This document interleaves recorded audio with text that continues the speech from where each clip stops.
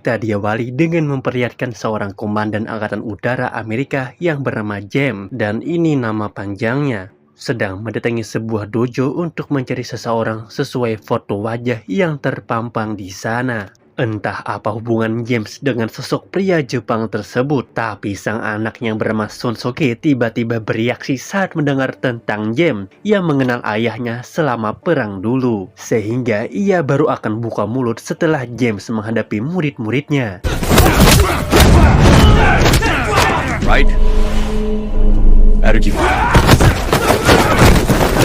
Sejenak kita akan dibawa mundur ke waktu di mana Perang Dunia II sedang berlangsung. Lebih tepatnya tahun 1942 alias 8 tahun yang lalu dari sekarang. Kala itu James terlihat kejar-kejaran hebat dengan jet tempur milik tentara Jepang yang berhasil menembak jatuh pesawatnya. Hal tersebut membuatnya harus terdampar di Pulau Bataan di Filipina. Keesokan paginya kita akan diperlihatkan dengan pasukan tentara Jepang sedang menyusuri hutan untuk memastikan tentang James yang benar-benar sudah tewas. Menyadari mereka mulai mendekat, James pun mulai mencoba mengalihkan perhatian dengan melempar sebuah batu ke arah lain, dan akibat ledakan keras yang ditimbulkan, pasukan Jepang berhasil mengarah dan mengepung James dari segala arah.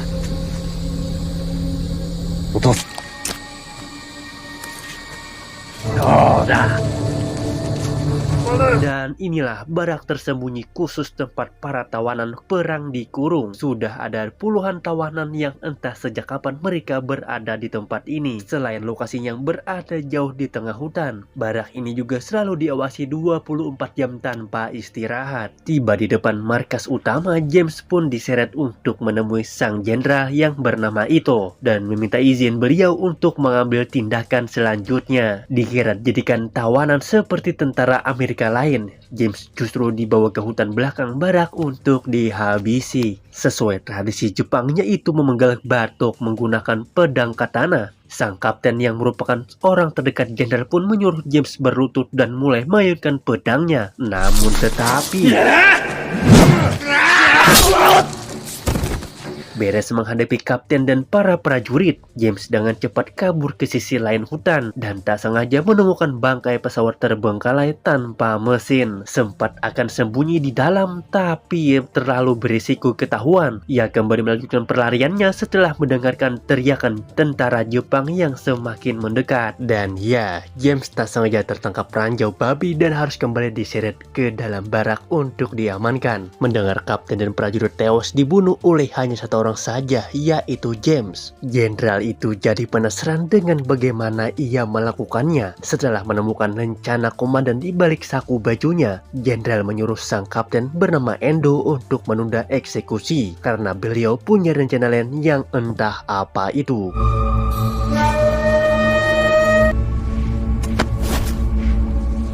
James pun disambut baik oleh para tawanan lain yang kebanyakan dari mereka adalah sama-sama berasal dari Amerika, seperti Gabriel yang merupakan seorang sersan angkatan darat, Berdi si paling mahir bahasa Jepang. Berdi menjelaskan bahwa semua tahanan wajib tunduk hanya pada perintah jenderal itu. Tidak ada toleransi bagi para pelanggar aturan. Jenderal itu tidak pernah segan membunuh mereka yang mencoba kabur atau sudah tidak mampu bekerja, dan jikalau James ada niatan melarikan diri, lebih baik ia mengubur dalam-dalam keinginannya tersebut. Tak hanya seorang jenderal yang kejam, itu juga merupakan ahli bela diri yang handal, yang hal itu dibuktikan para tentara rutin dilatih agar bisa bertarung dengan tangan kosong.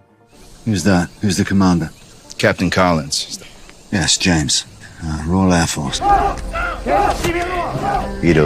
Hingga saat menjelang tengah hari, James dibawa ke sebuah arena bertarung untuk diperlihatkan dengan hukuman seperti apa yang bisa itu lakukan pada pelanggar aturan. 3 tahanan diseret ke tengah arena setelah ketahuan mencuri sepiring nasi tadi malam, disusul dengan kemunculan petarung berbadan kekar andalan itu yang tidak ada satupun yang pernah mengalahkannya. Ketiga tahanan ini benar-benar dibuat gemetar saat melihat petarung mulai memasang kuda-kuda dan beres menghajar 3 tahanan sekaligus hingga tewas. Itu yang penasaran dengan bagaimana cara James membunuh pun langsung memaksanya masuk ke dalam arena untuk melakukan pertarungan.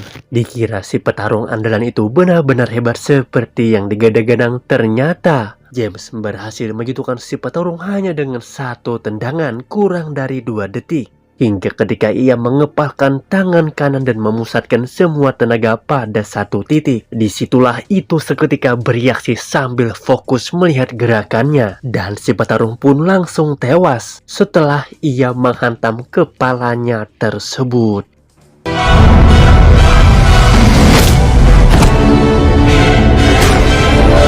Entah apa yang spesial dari pukulan tersebut. Endu yang penasaran pun menanyakan alasan kenapa Jenderal tak kunjung membunuhnya. Jenderal itu hanya menjawab jika James berbeda dengan kebanyakan tahanan lain. Bahkan ia akan menyiapkan tantangan baru yang lebih sulit. Setelah ketegangan kembali mereda, Gabriel membawa James menemui komandan mereka di barak tahanan ini yang bernama Collins. Tak lama, James dipanggil ke markas untuk menemui jenderal itu yang masih penasaran dengan gaya bertarungnya. Itu tahu betul jika teknik pukulan yang James lakukan adalah salah satu teknik terlarang dan hanya sedikit orang yang bisa menguasainya. Bahkan itu mengklaim bahwa teknik itu berasal dari seni bela diri Jepang murni. Saking melihat teknik terlarangnya, itu kembali membawa James ke arena bertarung yang kali ini dirinya akan melawan 3 petarung sekaligus.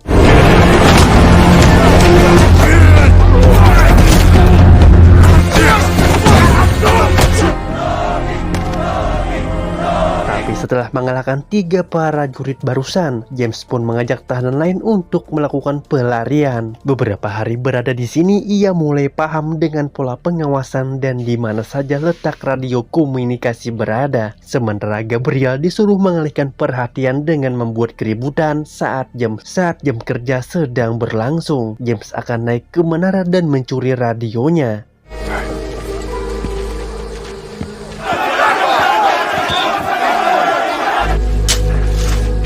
Tepat saat James sudah kembali ke bawah dan akan menyimpan radionya di dalam barak, ia malah dikejutkan dengan seorang perawat cantik yang sama-sama tahanan yang bernama Teresa, disusul dengan satu penjaga yang tiba-tiba menghampirinya. Beruntung, Teresa tidak membocorkan keberadaan James di sana. Ketika semua penjaga selesai memeriksa barak tahanan, James meminta Gary untuk memberitahu jalur aman atau titik buta agar bisa sampai ke bukit di balik hutan tanpa ketahuan. Dengan fakta bahwa radio sangat mudah dilacak, ia berencana menyalakannya sejauh mungkin dari sini agar tentara Jepang mengira jika sinyal itu berada dari pasukan musuh.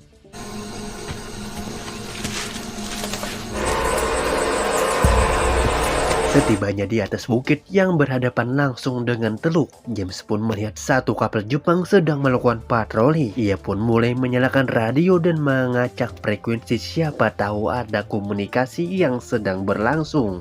Beberapa saat menunggu terdengar satu kata, yaitu Arsah, yang diucapkan secara berulang-ulang. Entah apa artinya, tapi dari logat yang dipakai, James sudah bisa menebak jika itu adalah logat asli orang Amerika. Meski mereka belum juga tahu arti dari kata Arsah, keesokan paginya saat semua tahanan sedang bekerja, James menceritakan apa yang didengarnya semalam. Itu adalah bahasa Navajo alias bahasa warisan dari wilayah Amerika bagian barat yang jika radio bisa menangkap sinyal tersebut, bisa dipastikan bahwa tentara Amerika sudah mulai memasuki wilayah ini. Dan lagi, James kembali dibawa menghadap jenderal setelah mendapati salah satu radio miliknya hilang. Meski tidak ada bukti bahwa James lah pencurinya, itu yang sejak awal melihat gerak-gerik James selalu mencurigakan, yang sekonyong-konyong mengikatnya di tengah arena dan menyuruh 3 petarung untuk menghajarnya. Why would I understand it? You understand the Japanese?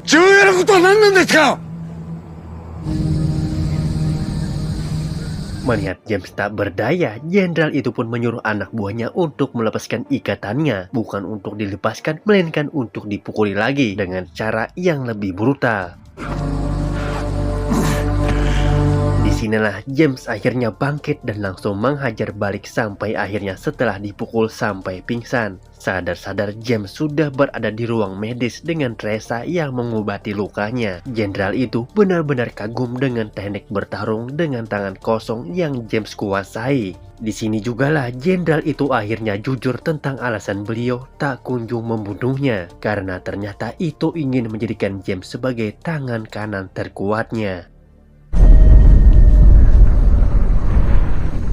They're coming.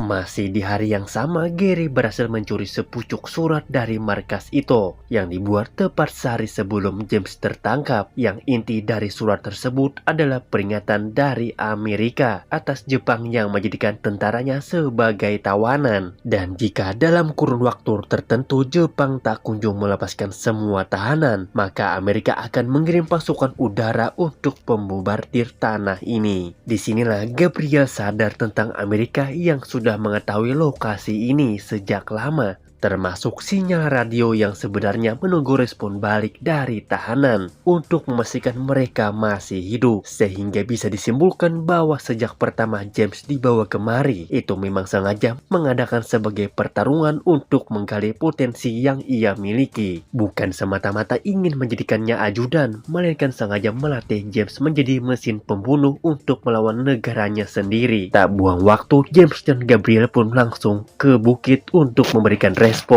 Namun karena itu semakin memberikan penjagaan, mereka memilih naik besok malam saja, yang ketika akan kembali ke dalam barak sudah ada Kapten Collins yang mencoba mengalihkan perhatiannya dengan mengajar beberapa penjaga tepat saat James dan Gabriel masuk ke barak lewat jalur belakang. Keesokan paginya Collins diseret ke tengah lapangan setelah tertangkap basah mencoba kabur dari barak, bukannya langsung dieksekusi seperti biasa. Itu memberatkan pilihan kepada James untuk menyeret satu tahanan untuk dijadikan opsi. Jika James mau sekali lagi menunjukkan pukulan terlarang itu pada si tahanan, maka jenderal akan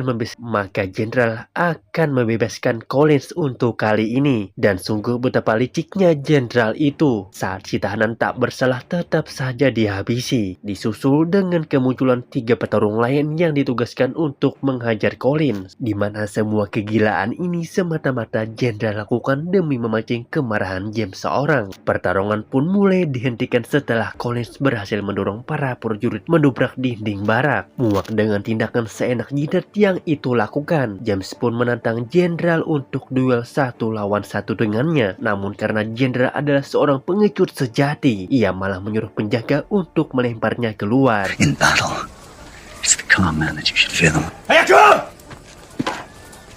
Do something! You're a coward! Singkat cerita, malam pun tiba. Berbeda dengan malam sebelumnya, kini James dan Gabriel berhasil sampai ke bukit dan mulai melakukan kontak dengan terus mengucapkan kata Atsa. Hingga tak lama terdengar respon yang berbunyi wings atau sayap, karena kata Atsa sendiri bermakna burung, elang atau kode jet tempur yang biasa digunakan angkatan udara bagian barat, sehingga mereka langsung memberikan titik koordinat penjebutannya. Kembalinya ke dalam barak, mereka dikejutkan dengan ruang tahanan yang sudah kosong, disusul dengan kemunculan para penjaga langsung memukul sampai pingsan. Saat siuman, mereka sudah terikat di dalam gubuk sempit dengan suara dentuman bom dari luar. Yang tak lama muncullah Teresa yang datang untuk menyelamatkan mereka berdua. Faktanya panggilan radio semalam langsung menjadi prioritas utama pasukan udara Amerika dalam memulai penyerangan. Dengan fakta bahwa saat ini mereka sedang berperang, James pun kembali ke barak untuk menghubungi pasukan udara. Namun karena radionya rusak, mereka harus pergi ke menara mencari radio lain dengan menjadikan Teresa dan 1 temannya sebagai umpan.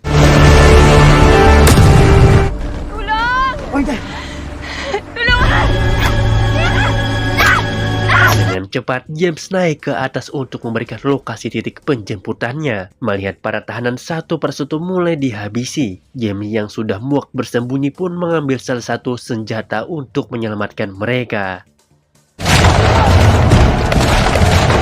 Sementara James berdiri dan Gary akan membantu yang lain, Gabriel justru harus ketahuan dan terlibat pertarungan dengan Kapten Endo. Yang tepat saat Endo akan menghabisinya, muncullah Colin yang berhasil mencegahnya dan terjadilah baku hantam di antara mereka berdua.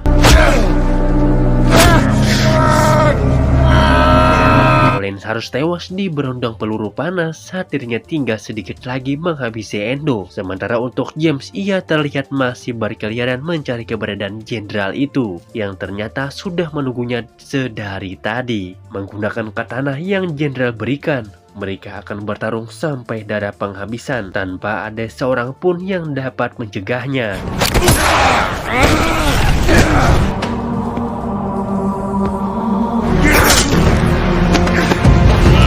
Karena kehabisan waktu, Gabriel langsung menarik James pergi dan meninggalkan itu dalam keadaan terkapar tak berdaya, di mana hal tak terduga terjadi saat Endo akan berniat menembak mereka. Tiba-tiba dicegah oleh jenderal itu yang memang sejak awal sudah terobsesi dengan jurus terlarang yang ia miliki, memanfaatkan bangkai pesawat tanpa mesin yang sempat James temukan di belakang hutan. Gabriel pun kembali menghubungi pasukan Amerika bahwa mereka akan menyalakan suar sebagai tanda titik penjemputan. Pada akhirnya mereka berhasil mengudara setelah tim penjemputan datang tepat waktu. Mereka tidak bisa menyelamatkan semua tahanan, setidaknya ia masih hidup dan punya kesempatan lagi untuk melakukannya lagi. Bahkan setelah penerbangan ini, James akan kembali dengan membawa pasukan yang lebih banyak. Kembali ke masa sekarang, lebih tepatnya di dojo milik Ito. Mendengar cerita barusan, Shunsuke akhirnya buka mulut tentang Ito ayahnya yang meninggal tahun lalu akibat serangan jantung. Maksud kedatangan James kemari adalah untuk berterima kasih karena dulu itu membiarkannya tetap hidup. Sama seperti itu yang terobsesi dengan pukulan terlarang mirip James. Suzuki menyuruh semua muridnya untuk keluar dan memohon James agar mau menunjukkannya. Tak didasari oleh balas dendam atau menyimpan kebencian satu sama lain, James murni menerima tantangan ini sebagai bentuk terima kasih kepada keluarga itu. Shunsuke sangat bersyukur karena dirinya bisa dipertemukan dengan sosok petarung seperti James. Yang sebelum pergi ia memberikan rencana komandan milik James yang sebelumnya itu ia simpan. Dan film pun selesai. Dan sampai jumpa di video selanjutnya. Dan jangan lupa untuk subscribe ke channel ini agar bisa lebih berkembang lagi.